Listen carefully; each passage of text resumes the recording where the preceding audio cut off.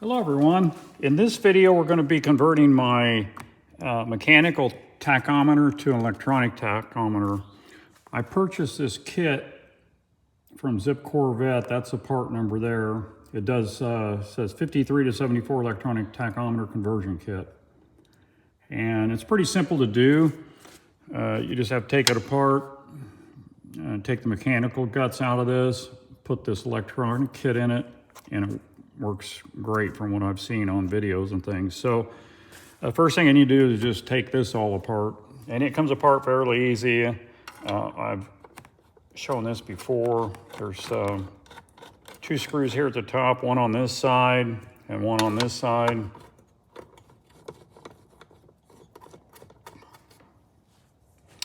And then there's a screw down in here, but I can't get down in here with this setup, so I'm gonna take this bracket off. It's got 3 screws that hold it on there.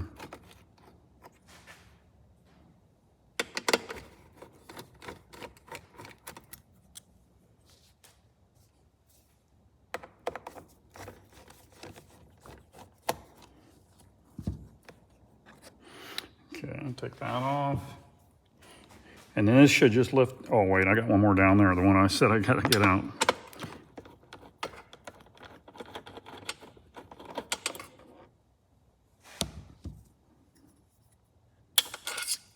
And that's the last screw there.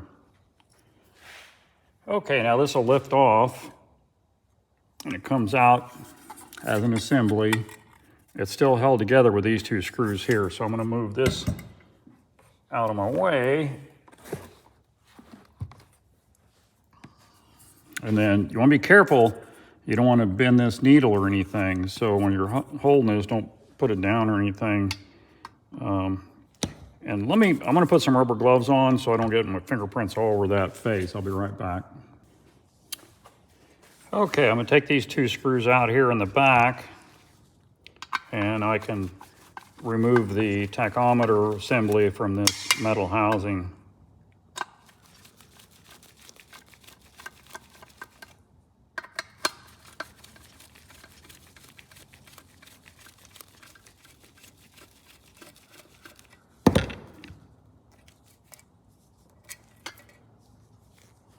Okay, and that'll just lift off there.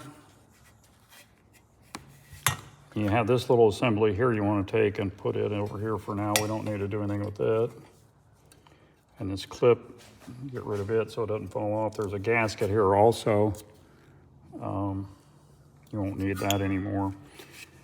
Okay, so the first thing you want to do is take these 2 screws loose, so you can take the needle off. Some people will put a pry bar, take a pry bar kind of like this and slip up underneath there and pop up, but you can scratch a surface if you're not careful, and you want to be really careful with this surface because whatever they printed this, the numbers on with, if you try to clean this with anything, or clean it very aggressively, you'll rub that coloring around on the gauge and it'll ruin it. So you want to be very careful how you handle this. What I usually do is just take a microfiber cloth and just barely wipe the dust off of it, because you don't want to mess that up or you'll be buying a new face. So this face is held on with these 2 screws. There's one here and one here.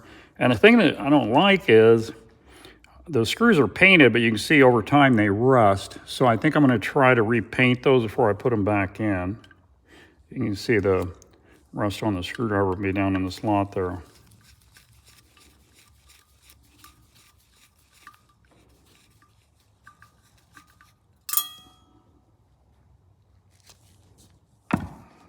Don't want to lose that. That's a really tiny screw.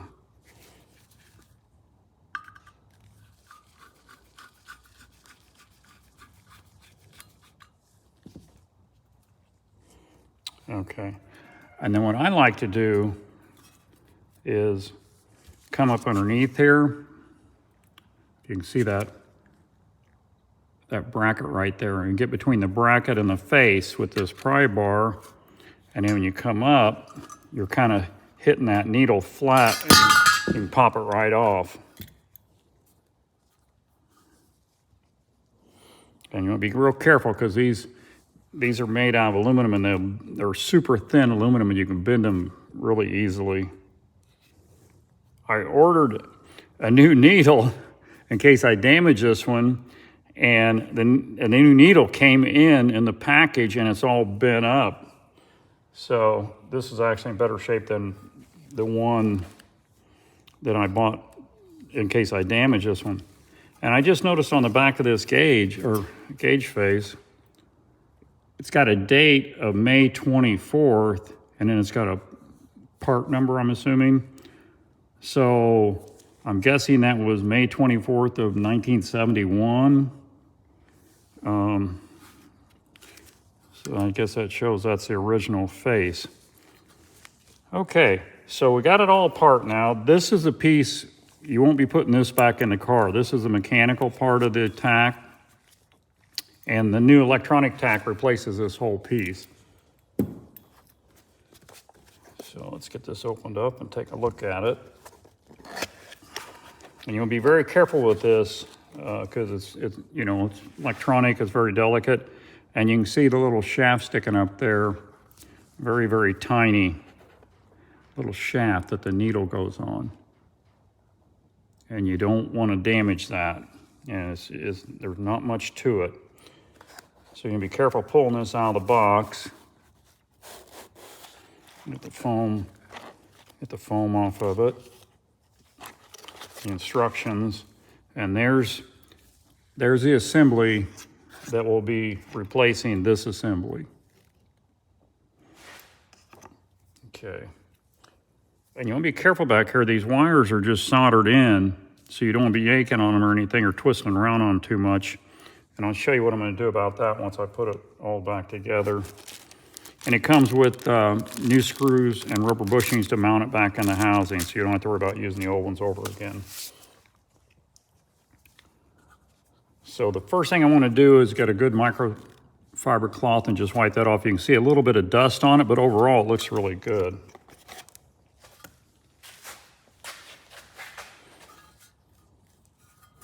And I'm not really putting any pressure on this. I'm just wiping the dust off of it.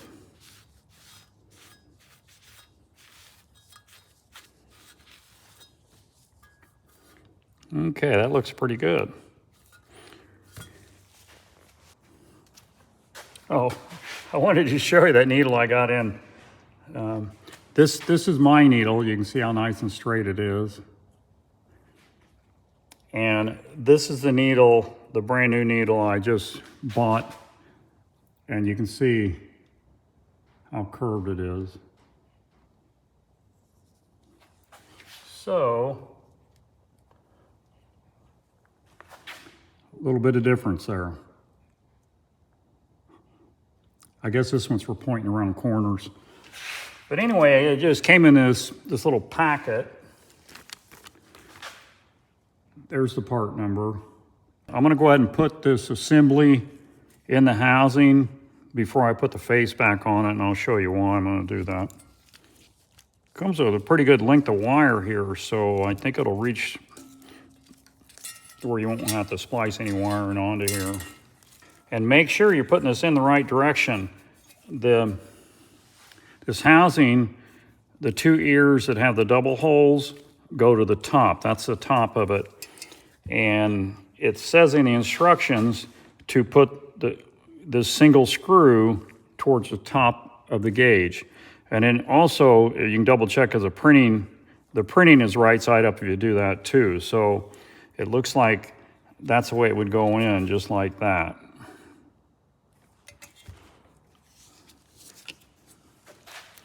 Okay, so let's get this wire fed down through here.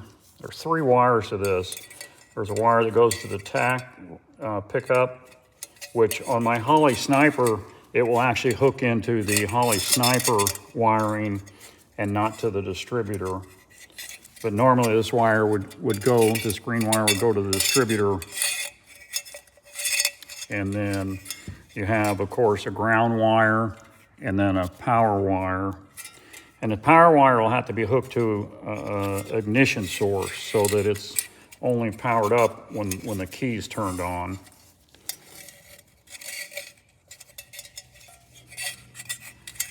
Yeah, it looks like they give you more than enough wire to wire this up without having to splice any wiring to it, which is always good.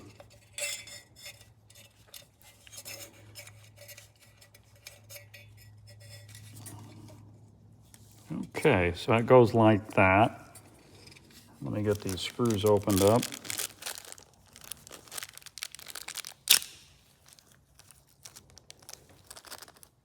And I would just about bet, oh, I didn't realize that. They give you new screws for the gauge face, so I'll just use those. Awesome.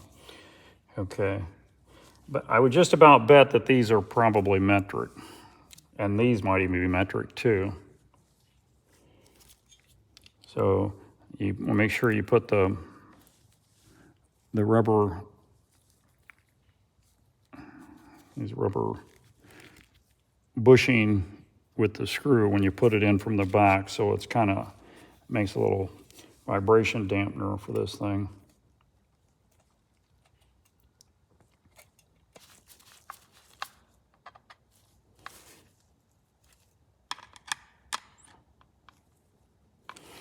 There you go.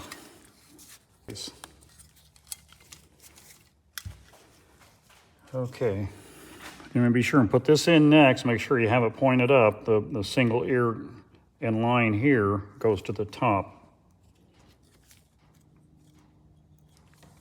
Okay.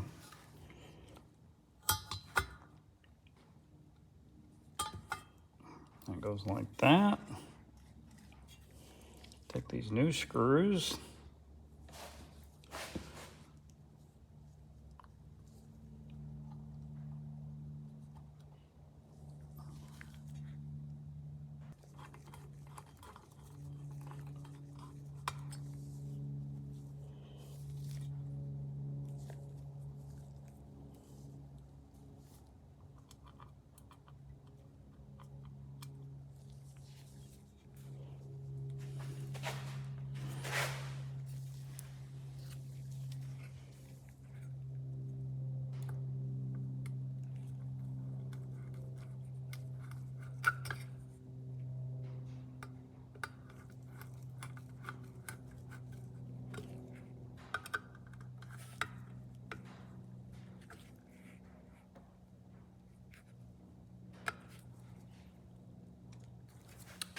Okay, so now the next thing we need to do, we need to apply power to this so it sets that pin on 0, and then when you put the needle on, you line it up with a 0 and press it down on there, just push it down easy. It don't take a lot of pressure. But let me get moved over to the to my power supply bench there, and we'll do that next step. Okay, first off, I'm just gonna set this needle just down on there, just lightly, just anywhere on here, so you can see when I put power to it, you'll see this move. So if you set this, well, what I'll do, I'll set it on 0 and I'll show you what it'll do. So if you just stick it on here, close to 0 like that, and then when you apply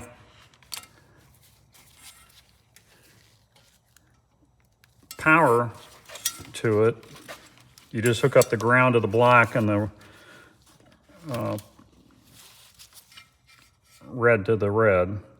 See how it moved? So what happens, because this is electric, it just stops wherever it wants, but it zeroes itself out when you put power to it. So you see here, I'll put power to it, boom. See how it's way over here? So you want to leave power hooked to this and lift this off, bring it over to 0. So every time it powers up, it'll always go to 0. If you don't do that, you don't know where it's going to end up. So, well, I've got that powered up. I'm going to pull this off and set that on 0. And it's kind of touchy to get there because it doesn't take much to move it. I just bent that arrow just a little bit. You want to be careful doing that too, because that'll break. But you see, when you turn it off, you turn the car off, it could end up anywhere. So when you hit it with power, it's back to 0. And there you go. Okay, so we'll get back over on the other bench and finish putting this back together. Okay, something else I wanted to show too. There's a little switch on the back. It's got a double switch in it, 1 and 2. So it depends on, for an 8-cylinder, number 1 would be on, number 2 would be off. For a 4-cylinder, number 1 would be off, number 2 would be on. And then it says to set the dip switches to type of ignition, a modern LS motor is set for 4 cylinders. So you want to be careful when you're hooking up, make sure you got them to switch the right direction. And you always try, if it doesn't work, you can go back and flip them. So you might want to, when you put it in the car, before you mount it back in the dash, you might want to start the car up and make sure that it's reading correctly before you put it all back together. So other than that, it's pretty simple. And then it shows you here, red to 12 volt, ground, black to ground, and Tach signal to the green one. So pretty easy to do. Okay, so I'm gonna put this all back together. I'm not gonna videotape all that because you see me take it apart just basically just doing the reverse of that to put it all back together. So once I get it back together, I do want to show you what I was talking about these wires to kind of protect them a little bit. Okay, so what I'm going to do to protect these wires so I'm not pulling on these terminals when I'm routing the wiring and not realizing it and then I'm breaking them off or something.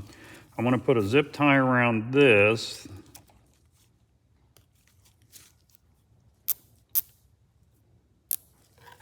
Like that.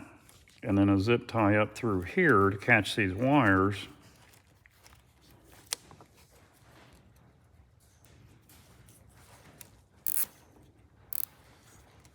I might even put 2 zip ties on there just to be safe.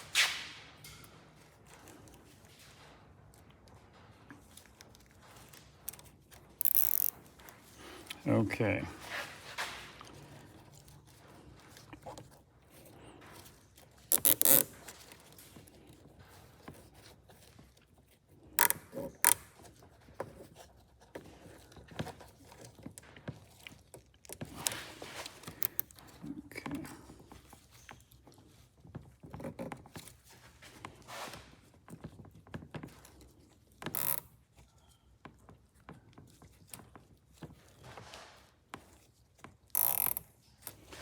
What I'm going to do is just leave that just a little bit loose there.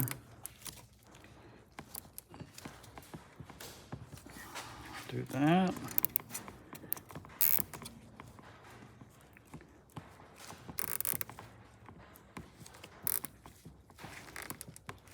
And that. And that way when you pull on these wires, it won't pull on this part of it. And I left just a little bit of play in there so that it's not pulled tight there.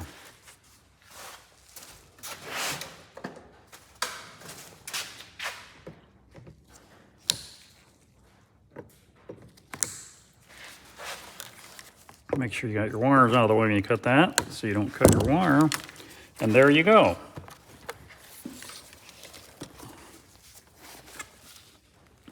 And from the front,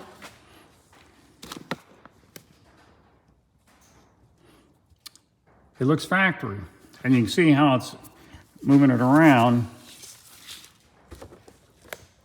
bumping around, it will move. But as soon as you put power to it, it'll go back around to 0. So there you are. That's how you convert your factory mechanical tach to electronic tach and keep the original look to it. So hope that was helpful. Appreciate you guys watching. Have a great day, and we will see you on the next one.